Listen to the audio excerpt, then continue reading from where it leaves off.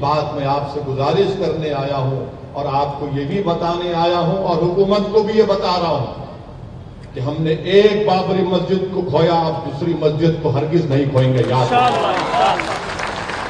तुमने मक्कारी और अय्यारी से इंसाफ का कत्ल करके तुमने हमारी मस्जिद को हमसे छीना, आप दूसरी मस्जिद नहीं छीन पाओगे। याद रखो, मैं जिम्मेदारी के साथ खड़े होकर कह रहा हूं कि ज्ञानवापी मस्जिद थी और है और रहेगी इंशाअल्लाह।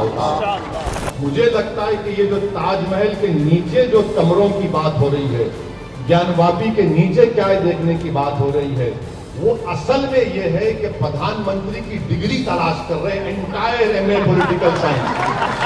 यही बात मैं आपसे गुजारिश करने आया हूं और आपको ये भी बताने आया हूं और हुकूमत को भी ये बता रहा हूं कि हमने एक बाबरी मस्जिद को खोया, अब दूसरी मस्जिद को हरगिज नहीं खोएंगे। याद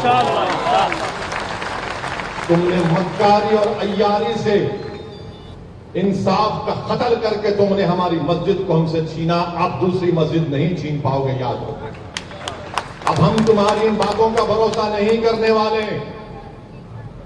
कि हम बचाएंगे, नहीं तुम नहीं बचाओगे, अब हम बचाएंगे अपने मसाजिद को, अपनी तहजीब को इंशाअल्लाह।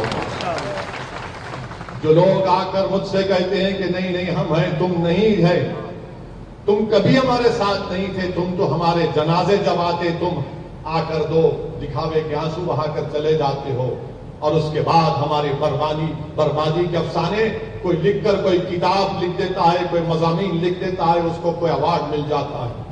मेरे अजीज दोस्तों और बुजुर्गों, मैं आपके दरमियान में जिम्मेदारी के साथ खड़े होकर कह रहा हूं कि ज्ञानवापी मस्जिद थी और है और रहेगी इंशाअल्लाह।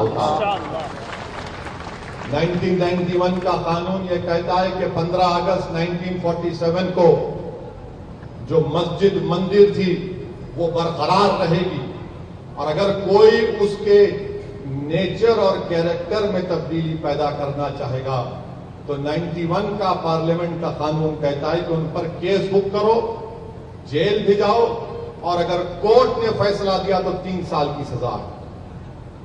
तो ये इस चीज को आपको समझना है। ज्ञानवापी मस्जिद का मसला चल रहा है, क्या कांग्रेस बोलती है? क्या समाजवादी पार्टी बोलेगी? क्या बीएसपी बोलेगी? कोई नहीं, सब खामोश बैठे हैं। ये इसलिए खामोश बैठे हैं कि आपका वोट बैंक नहीं है, आपका वोट बैंक नहीं है ना आपका वोट बैंक था कभी।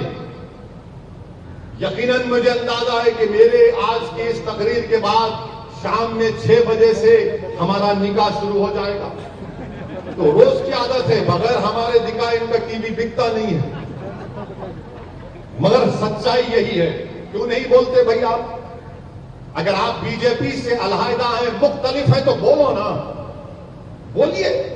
नहीं बोलेंगे, इसलिए नहीं बोलेंगे कि इनको मालूम कि मुसलमान इनको हमने मुसलमानों के जहनों को खरीद लिया समझते।